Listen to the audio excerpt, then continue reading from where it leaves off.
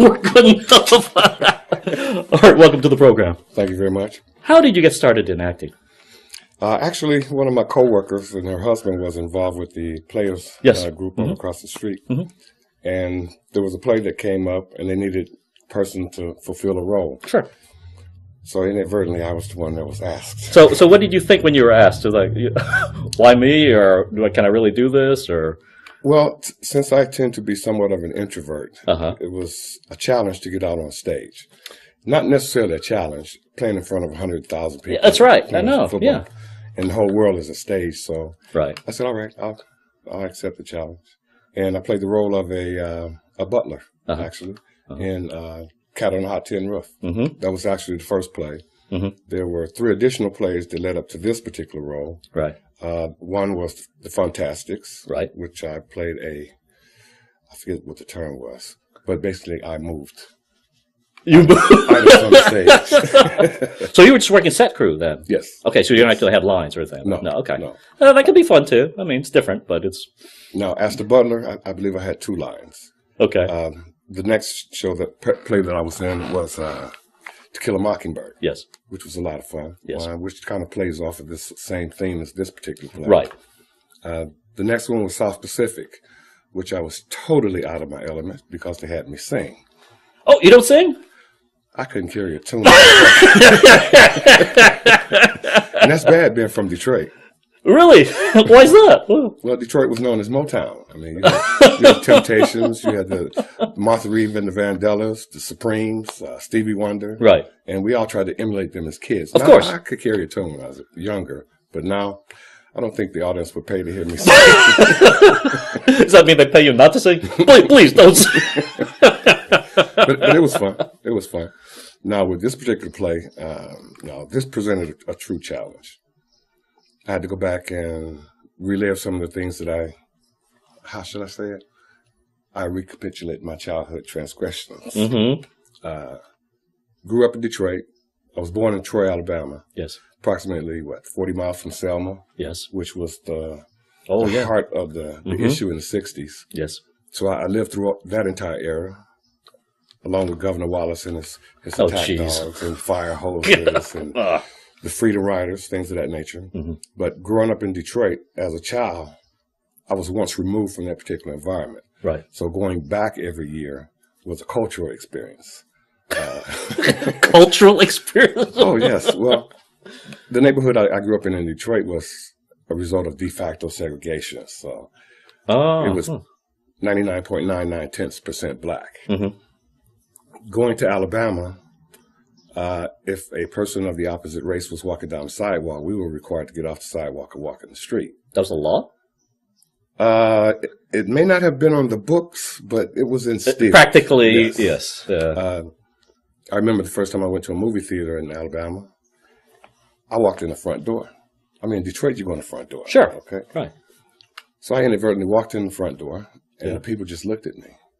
And they said, you must not be from here, boy. I looked around to see who they were talking to, you know. So they politely escorted me back out of the building, and I had to go into a door on the side, which led up to the balcony, which is not unlike the history of this theater, actually. Theater, yes. Yes, it used to have its own entrance that way. But now, was that a law? No, you're right. But it's one of these things, you know. Yeah. Right. Separate but equal type mentality. Separate water fountains. Yeah. I went through that in Alabama. Thought I had gotten away from it as I got older. I attended Ball State University, where I earned a departmental degree in business with a triple major, finance management and general business administration. Jeez. So I went on to just football. Triple major? Oh, yes. I never went back to Detroit. During the summer, I'd go to school. Yeah. They were on the semester system, so every semester I was there. Yeah. Which paid off in the long run. But when I was a freshman, I took a Black History course, which is one of the requirements at that time. Huh. General elective, I think they call it now. But you had to take it. But we had to take it. And there was one requirement. It was in Indiana. Yeah. And Indiana is one of the cradle spots for the Klan. Indiana. Kidding. Indiana, Illinois. Yes. They have a lot of what they call sundown cities. Sundown? Yes, a person of my persuasion is not allowed in the city limits. After sundown? After 6 o'clock. Oh, jeez. And there's certain areas in Illinois and Ohio and Indiana, it's like that today. when I was in college, they would invite the Grand Dragon from Greensville, and he would come to the Emmons Auditorium, which was the university's auditorium. Right. And he would spout off his Klan philosophies. Mm-hmm. And for that to have been a requirement of the curriculum, I found that somewhat disturbing. But then when I look back, the black population of Ball State University at that time was approximately 200 students out of 20,000. Jeez. So that was a cultural experience. But Right. I can remember also my rookie year with the Oilers. What year is that? I was drafted in 76. Okay. I ended up dislocating the shoulder, so I didn't really start playing until 77. Okay. I was on what they called the taxi squad. But one of the requirements of our contract was that if we were required to do personal appearances, or public appearances, sure. And I was sent to Galena Park. Well, no, Pasadena, Texas. Okay. And I'll never forget this as long as I live. I'm driving down 225, and I see this big billboard on the left-hand side. Right. KKK. I'm saying, no. So I look back at the other side of the billboard, and it said bookstore with an arrow pointing directly down. Oh, gee. And I'm saying, now, why of all people did they send me Right. to come over and sign autographs for a Pop Warner baseball league? Yeah. Well, needless to say, I made a mistake. I drove up into the parking lot at the field, which was 2 blocks from the bookstore, feeling rather uneasy. Yeah. But as I was taking the pictures out, I inadvertently put it on the hood of a 67 Chevy Impala. Sure. And I'm telling you, this guy come off the field with this little baseball bat, calling me everything but the child of God. I won't say how it resolved, but I was there maybe 15 minutes, and I told the guy, I'll sign a few autographs, and I'm gone. Well, no, come on and have a couple of drinks with us. Are you serious? Oh, my goodness. But it was all good. Matter of fact, I believe that Bud Adams at the time was sponsoring a baseball team, which is why he had one of the players to go. But it could have been Karl Mock. It could have been anyone, you know. Yeah. But it was a learning experience. And when was this? What year is this? This was 1976. 76. 76. I remember a story about the mid-'80s. I was in Tennessee with Carolyn and a friend of ours. Mm-hmm. We go into a restaurant. I went into the restroom, and so they're sitting and they're looking at the different gospel singers on the wall. The guy comes up to them, to Carolyn. He looks at the gospel singers and he goes, you know, I wonder how many of them's really Christian. And my wife's going, oh, shit, we got to get out of here. Because you know what he meant. Oh, yeah. You know what I mean? Oh, yes. You're like, oh, man, we got to get out of here. We want them now. But the thing is, it hasn't gone away. I don't know that it ever goes away as long as people continue to teach their children that people are different and they should be treated differently.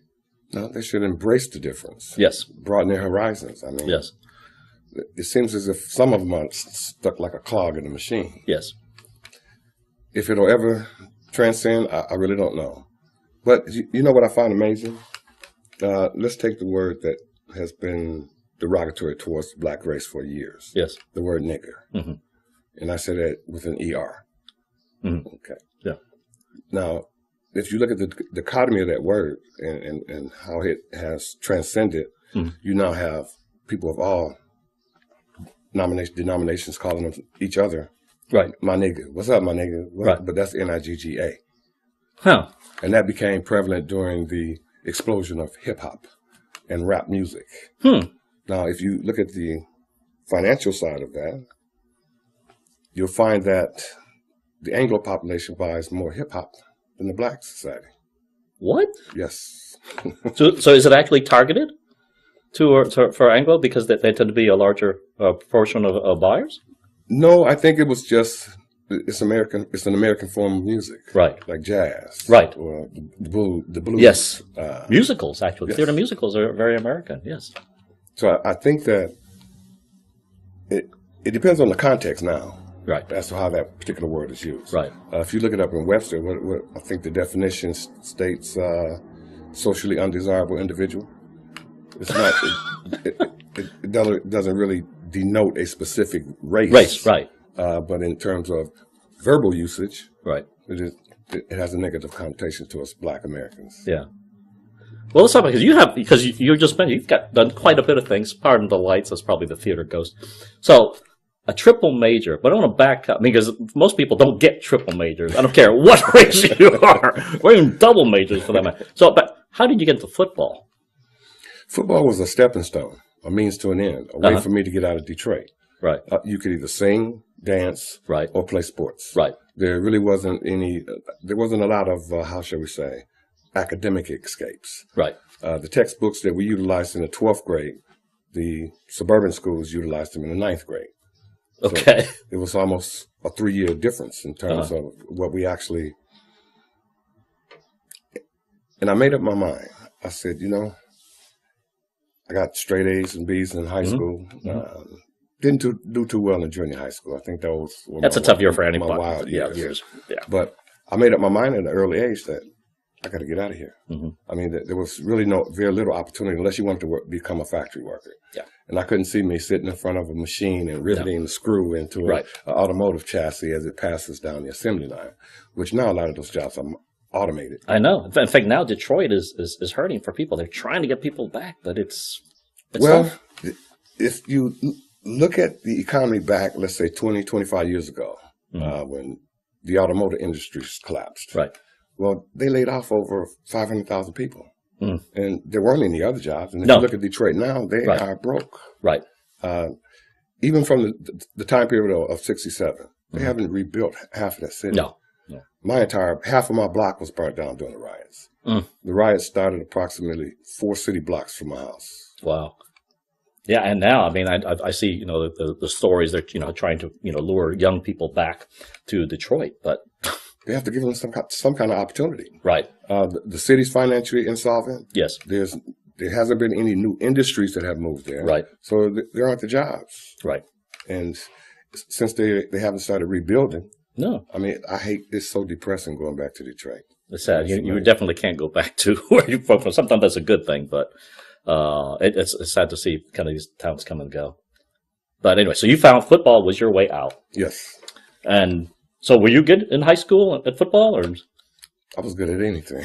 You were good at, what are these guys? I was an All-American swimmer. Yeah. I was all-state, all-city, all-state track. Swimming. Yep. Basketball. I played baseball. I did everything except golf.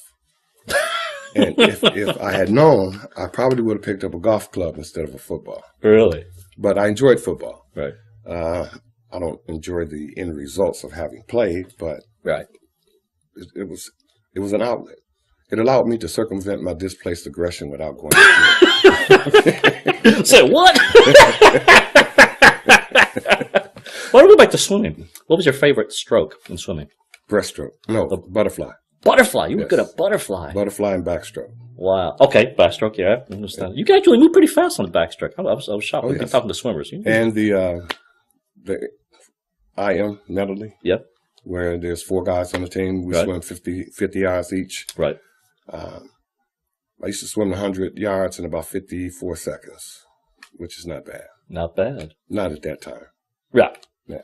And then when I went to college, I had a teammate from Cincinnati. His name was Bill Rouse. He was our center. And he saw me swim one day. And he came up to me. He said, "You know what? My mom always told me that if I get into a fight with some black guys, just find some water because y'all can't swim." He said, "I got drowned."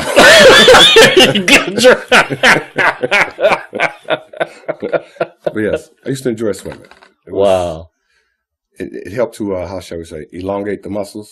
Really? Yeah. Well, a lot of weightlifters, for example, they look like they have torches under their armpits because they can't bring their bodies in. Right.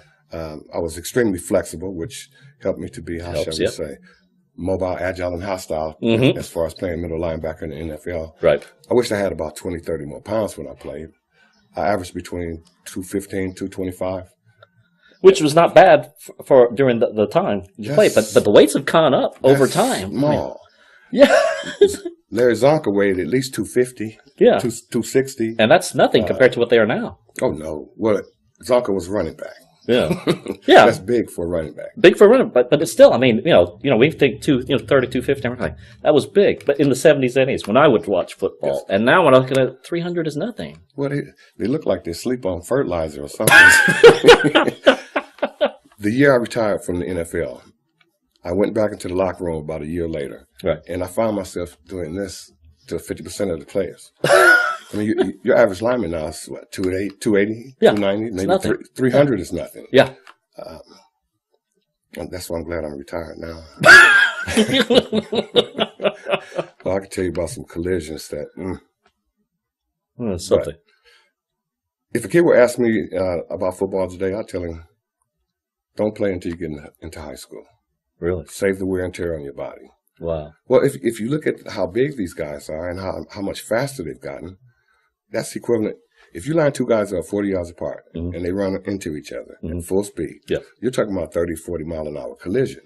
And to my knowledge, they don't have bumpers in the game of football. So, that's either body bones or joints taking that punishment. Yeah. And when you look at the cumulative effect of that, I have a lot of friends that are in really, really bad shape. Well, let's talk about that because they just had this cumulative trauma type lawsuit that they were talking about. So how were you involved in that, or you're just part of that class action lawsuit? Well, the cumulative injuries wasn't actually a class action. That was on an individual basis, and basically a lot of the guys had to go to the state of California in order to pursue any type of resolution from the NFL. For example, here in the state of Texas, I, as an Oiler, if I did not become incapacitated or disabled within 5 years after I retired, I was forever barred from filing for that type of, and they don't have cumulative injury for workers' comp here in the state of state of Texas. Right. So a lot of the players were going out to California. Well, up until January of last year, they were able to do so.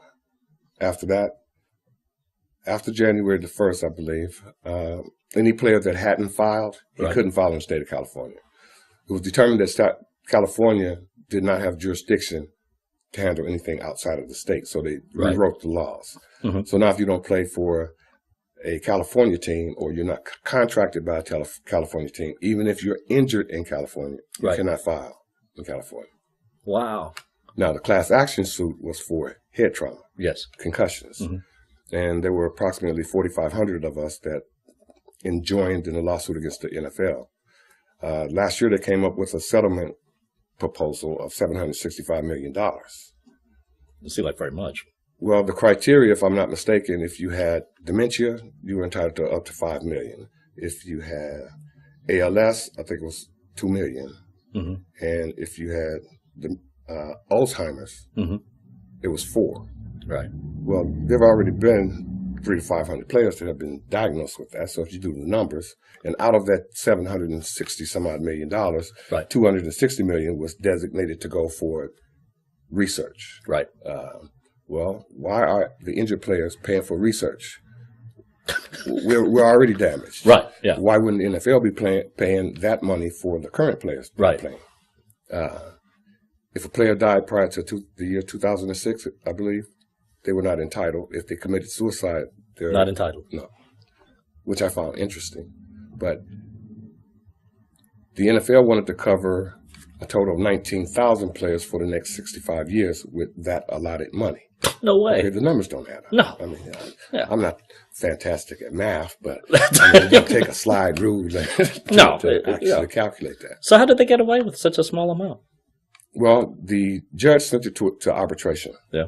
And then she says she rejected it, told the NFL to prove to her that money was enough to compensate the players that are in the conditions that we are. Mm-hmm. And if you really want to crunch some of the numbers, there has been in excess of 400 players that have died since the time that I played, that I played with or against or right within that same general area. Right. It's not just the NFL. Mm-hmm. You have those same injuries, the cognitive damage at at Pee Wee League level, the high school level, the junior high school level, collegiate level. Mm-hmm. There was a disease that they call CTE that up until this year, it could only be diagnosed after you were dead. where they would doesn't do you a lot of good. Where they would slice the brain. Right. Well, now supposedly they can do a spinal tap, and there will be evidence within the spinal fluid that'll lead them to determine whether or not you have CTE. But then it's not just blaming the NFL, the equipment manufacturers. They should know if their helmets are safe. They should know what type of damage. But it was kept from the players for so long.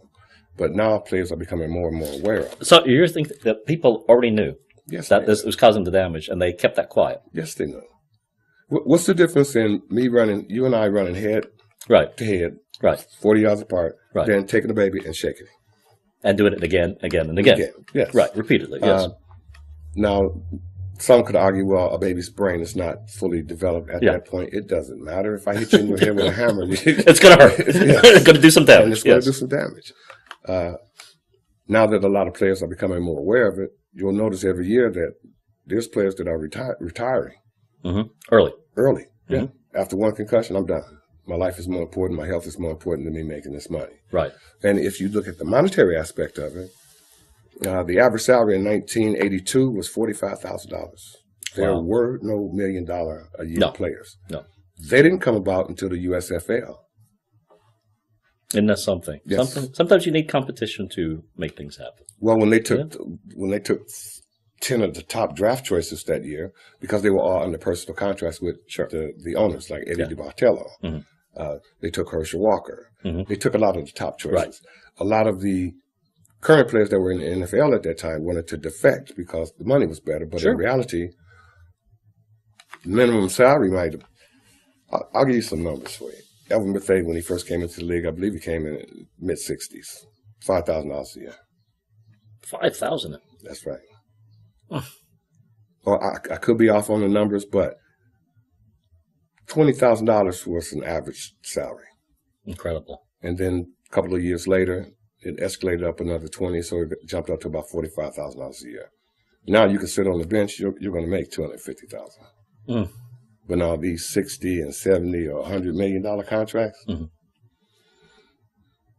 Well, that's what you hear about. I mean, that's one that makes the papers and stuff. But to get there, I mean, let's think about all the people that didn't make it. You know, like I said, maybe they were good in high school, but then, they weren't good enough for college, or they made it in college sports, but not good enough to make it in the professionals.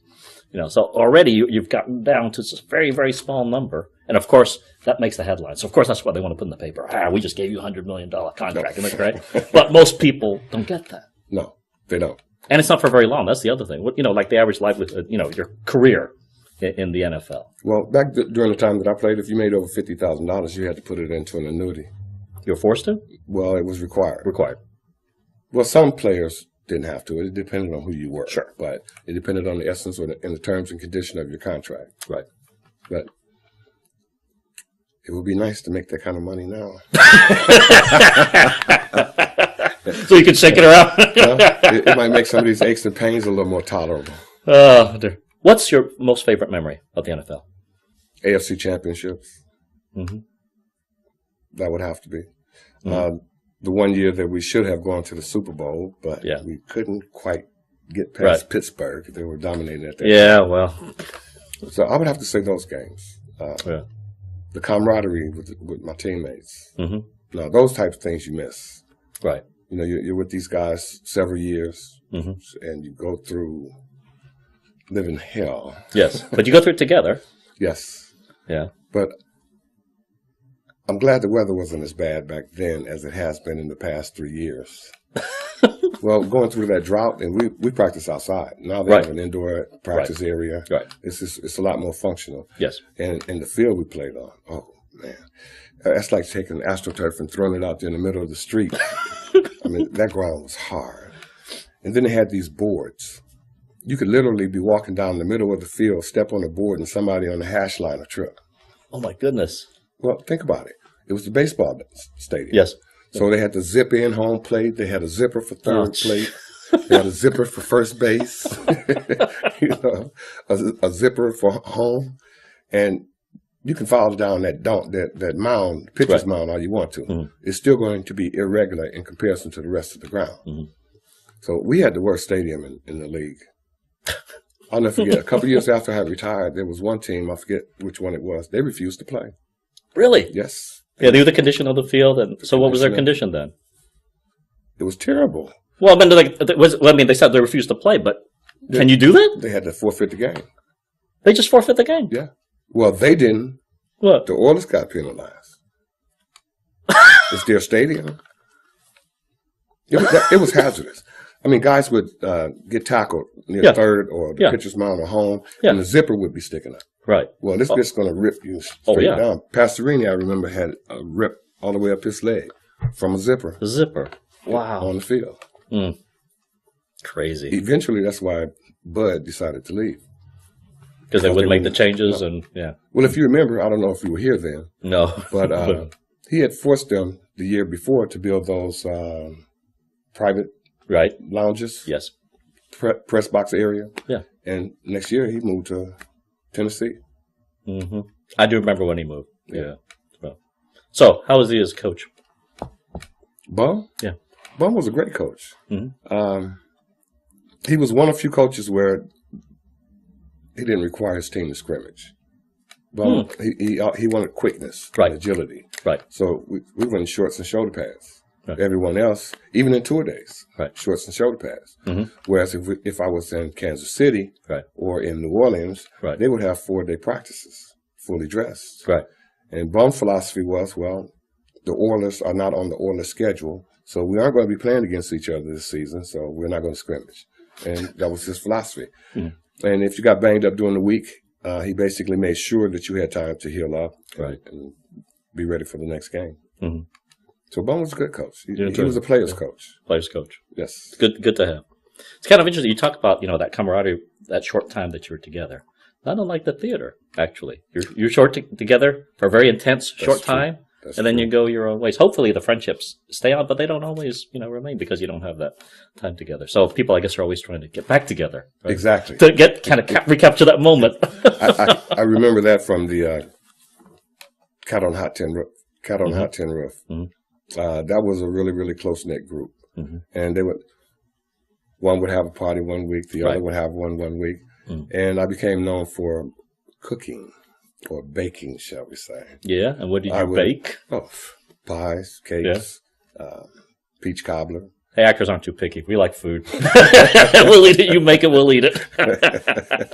Especially if it's free. You make it? Oh, yeah, okay. I'm there. But I've made some good friends over the last 3 years since I've been involved with the theater. We got a lot of diverse personalities, but it's a good group. Oh, that's a good group. Diverse is putting it mildly. You have some characters. Oh yeah. Well, I'm going to kind of back up because you get back to this triple major in Ball State. I'm sorry. So, Boston would have been nice, but it was Ball State. So Ball State. So, did you already have this in mind that you knew your career would be limited in football or in sports, so that you need to have this, or is it you enjoyed finance and those? I went into business due to the fact that we are a capitalistic society. Yeah, there will always be business. Yes, and as long as that holds true, some things tend to die off, but business provided continuity. Yeah, provided a whole host of different options. Mm-hmm. I hadn't planned to get a triple major.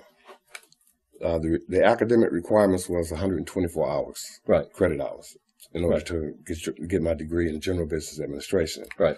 I ended up with 186. Some people would say you have a problem with closure. You didn't want to leave college? You liked it that much? Or? I didn't want to go back to Detroit. Detroit was going through some bad times. Yeah. The gangs were prevalent. A lot of violence. They were the murder capital at that time. Yes. Mm-hmm. And some of the individuals that I went to school with, when I started in the 9th grade, there were 360 some odd students. Right. I think less than 100 of us graduated. Wow. Mm-hmm. So it was a rough time. Mm-hmm. And as long as I was doing something functional, I had a job. I didn't have to go to Detroit and look for a job. Right. The coaches made sure that I had some other things to keep me occupied. Yeah. So I worked for several of the different alumni, and it paid off well. So what are some of the things that you did, I guess, after football? Some of the different types of jobs. Well, immediately after football, I had my own business. I had a promotion company, which I did a number of productions for nonprofit organizations, Sickle Cell Research Foundation, Stanley Peterson's Dance Theater, Juvenile Court Volunteers. I sat on several boards of directors. Sweet. And then when the economy bottomed out, I went to work for corporate America.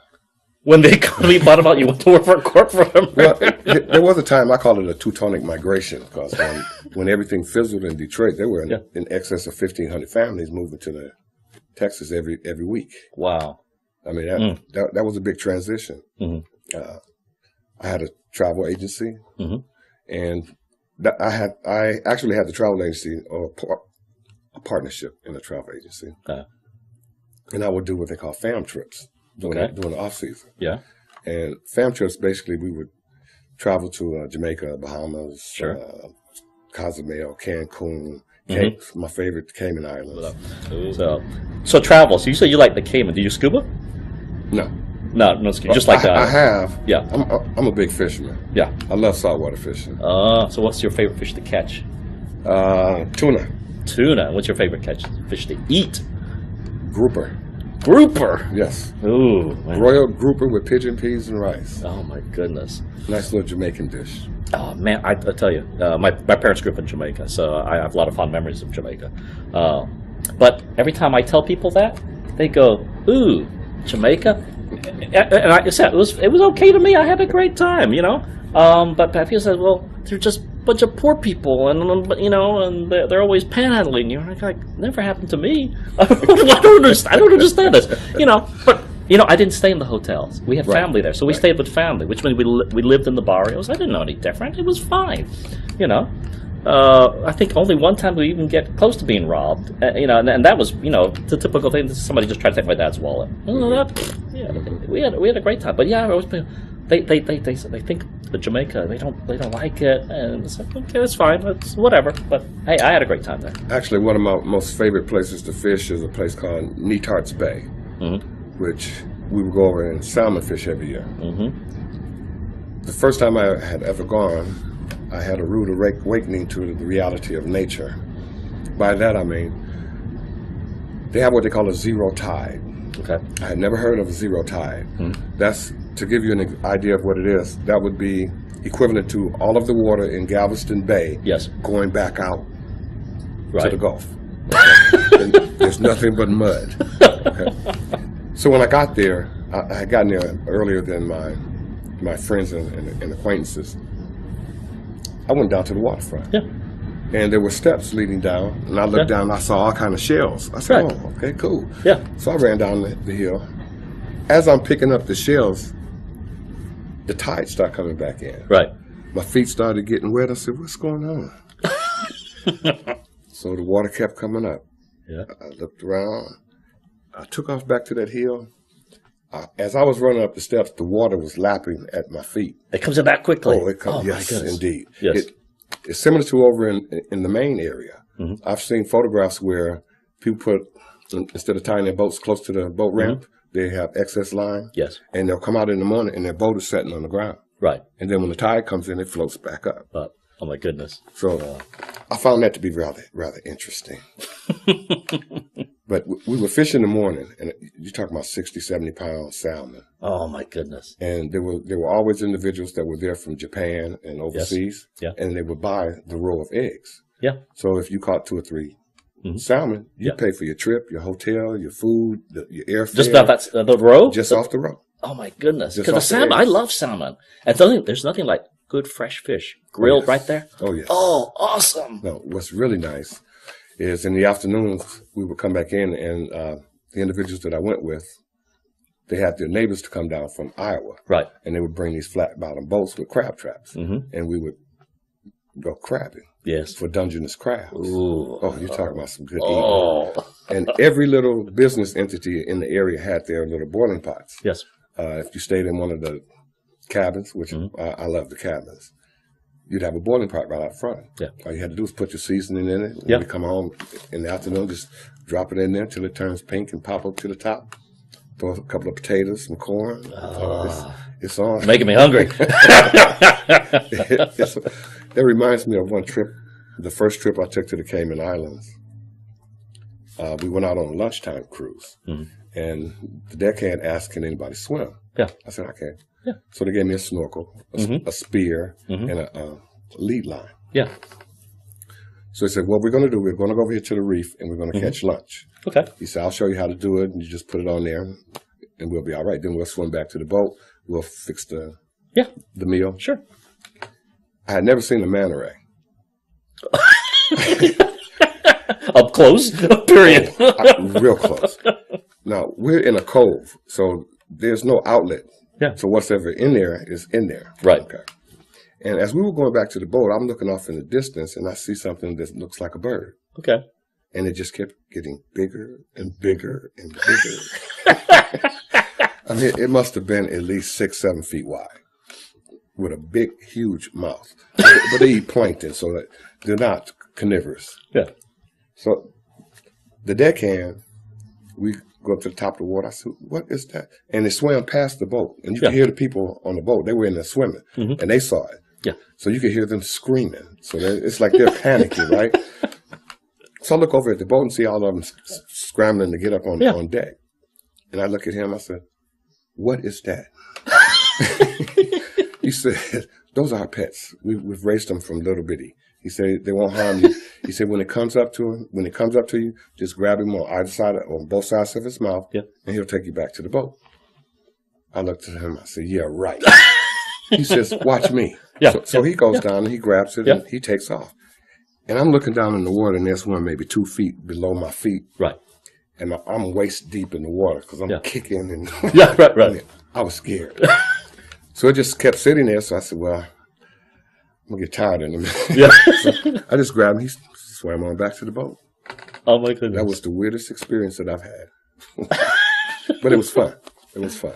Oh, my goodness. So all these places, when you had a partnership with this travel agency, where else did you travel to? St. Croix. Yeah. Tobago, which I like to go down there during the festival. I said the Caymans. Now, those were basically the southern areas. Right. Everywhere in the United States. Right. I really didn't travel abroad a lot, not until I took on the position with CPA, which was Computer Patent Annuities. Okay. And we had an office. We were a global corporation. Right. That was my main exposure to international travel.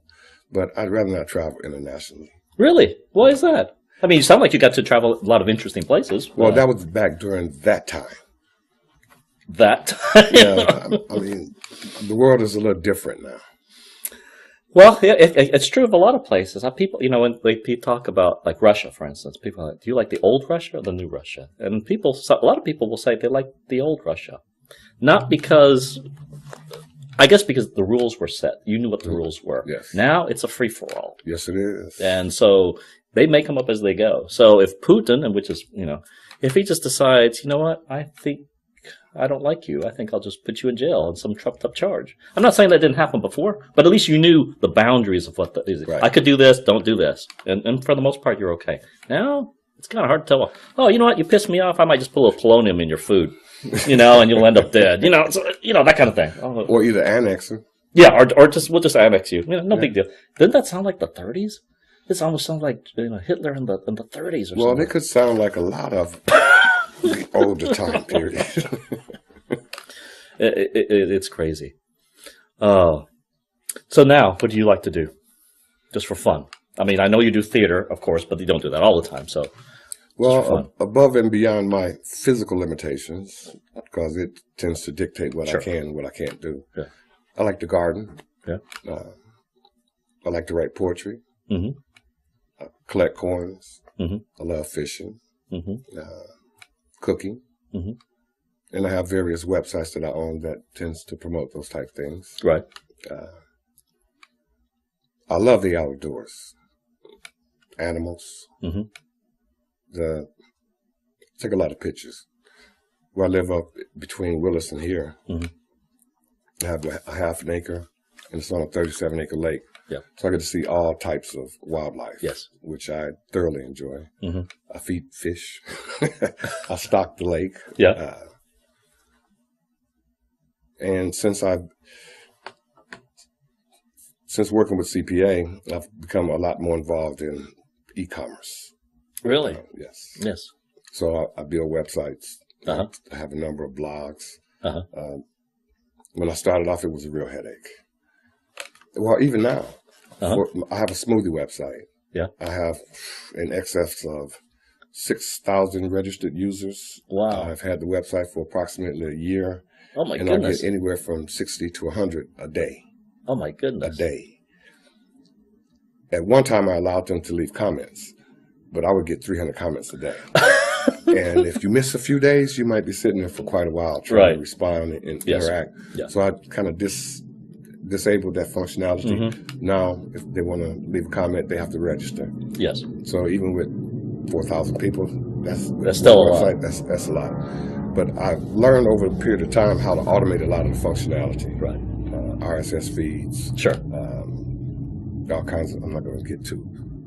No, it's true. No, the tech is true because I started programming pretty much when I was 12, so that's been almost 40 plus years ago. But technology has changed a lot. Yes. A lot. But some of the old ways, like batch processing and stuff like that, you know what? People say that's it's gone away. No, it hasn't. No, not at all. Originally, I wanted to major in computer science. Uh-huh. However, nothing was user-friendly. We were just coming off the cusp of the IBM key punch card. Yes, okay? I remember cards. So you either did Fortran, PL1, or Cobalt. And Which they were all three totally different computer languages. Mm-hmm. Now you've got C++ and C++. I know, C Sharp, and you name it, yeah. So, and the way technology evolves, it might be the top of the line here, today, but 6 months from now, it's obsolete. Yeah. Yeah, I've been talking to... I guess programmers and stuff. It's almost become an art. Yes. In the sense that you need a portfolio. You know, when you're an artist, it's not you have your portfolio. Now it's not even so much important to have the degree in computer science. It's more about just ability. This is my portfolio. This is the kind of stuff that I've done or can do and stuff like it. And I guess programming is very much for the young. But you know what? There's still stuff you and I can do that they can't do. Very true. That's true. They can code up the new app and stuff like that. But you know what? There's still some things we could do they don't. But since you mentioned programming, you can take two individual programmers or a group of 5 or 10 and give them the same issue or the same problem, and you're going to come up with 5 to 10 different resolutions to the same problem. Mm-hmm. I found that unique because everybody has their own little twitch or methodology. Right. But not necessarily right or wrong. Just somebody could argue we're better or not. So you've probably worked or at least managed programmers from all over the country. The world actually. Yes. Where do you believe are the best programmers? And it's probably by niche of it, but or the people that you would prefer to work with. Let's put it that way. I don't really have a preference because I like diversity. Mm-hmm. We had two Indian programmers. Mm-hmm. We had a gentleman from France. Mm-hmm. We had another gentleman from India. Yeah. And I enjoy working with all of them. So this is just back to ability. This is it. They can do it. I don't care whether. Yeah. Exactly. Yes. Now, the most conceited or self-centered I find from the United States. Really? The United States? Yes. Oh, I'm shocked, actually. I would have thought, something from India, but that would be more a cultural thing. Well, we had a lot of Indian attorneys that were working as consultants for us because they could make 3-4 times the amount of money, of course, that they would make being an attorney in India. Yeah. So I think the challenge was them being able to communicate with each other. What? Yes. With each other? Well, I, as a programmer, may specialize in a specific discipline. Right. Whereas there may be several different disciplines, and they're going to question what I'm doing or why I did it that way. Right. Why didn't you do this? Right. Okay, if they can't sit and share their insight, and the end result is you're working for the client. Right. So you need to put your egos aside because you're talking about multi-millions of dollars from companies like Merck, General Motors. Sure. So it was a challenge for them, how shall we say, same challenges that Americans have now. Mm-hmm. The melding and the acceptance of diversity. Yes. And with that particular company, they all work together well. Mm-hmm. I mean, they were willing to train each other. Sure. Yeah. We had to send American programmers to our UK office to do certain work for them because GM wanted it a certain way, and their cultural perspective towards what they were asking for, they couldn't quite catch on. Yes. So we'd go over there, and then too, they were still working off a Wang computer system, which was my goodness, so obsolete that it was amazing. You couldn't get half the information out of it. Other than the Smithsonian Institute, our German office was the only other entity that still worked on Wang. Wow. Well, it's kind of interesting that even computer technology now has come full circle. So I find now that I'm doing a lot of batch runs, which is almost like the 50s. You know, it's a batch run, but the batch runs are different now. The batch runs are going to these huge computer clusters because that's the best way to manage them. Correct. But that's like, this is not interactive. This is right here. But back to business. You know, it's not about what's, neat or sexy or looks, great. This is about results. Exactly. Bottom line. Exactly. Results. I don't care how you get the results. I need the results. Results and functionality. Yes. When I first started building websites, it was a nightmare. Now, with the evolution of technology, a couple of clicks. Yes. Look clean up. Yeah. A couple of graphics. Yeah. You can do it in a couple of hours. Well, it should be about content and not about the, I said now there's a lot of tools out there that help you kind of get, to make it look well, look nice and stuff like that. But at the end of the day, it's about content. Exactly. Right? It's the content. Exactly. So you focus on the content. That's what people want. Yeah. Well, if you meet a demand or a need, then you'll be able to make some money. Yeah. Originally, mine weren't too pretty to look at, and they were somewhat static.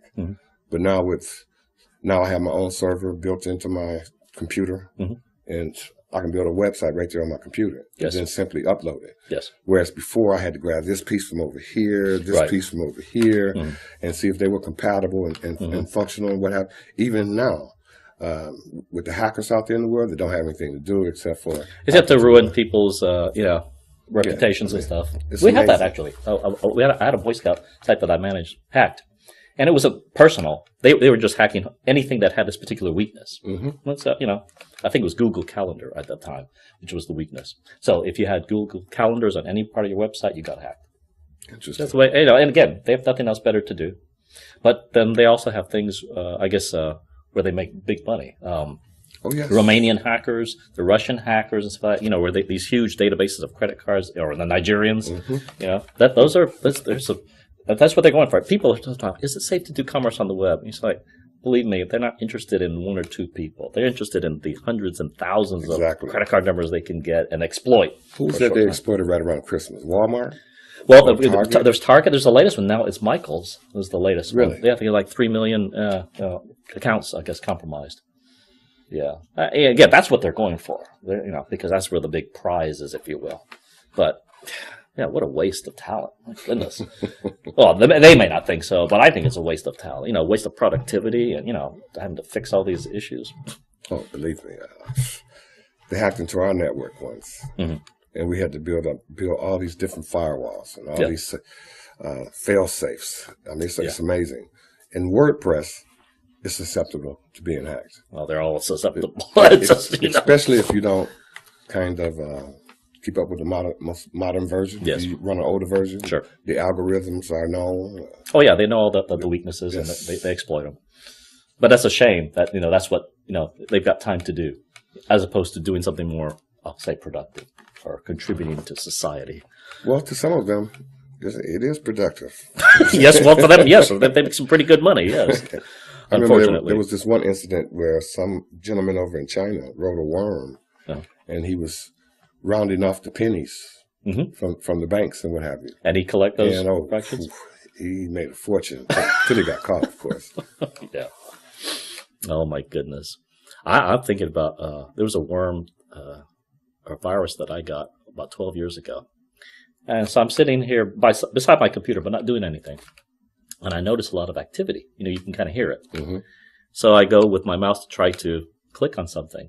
And no matter where I went with the mouse, everything got pushed away like a broom. So you could never click on what you wanted to click on. I was like, this is awful. Oh, it's pissing me off. Can you see the jokes? Every time you move it, everything just kind of moved away like you're, brooming it away. I can remember one incident for this one company. I'm not going to say what the name of the company was. There was this virus. Actually, it was more like a worm, but it was a virus. And it was, excuse the expression, but it was called WinFuck.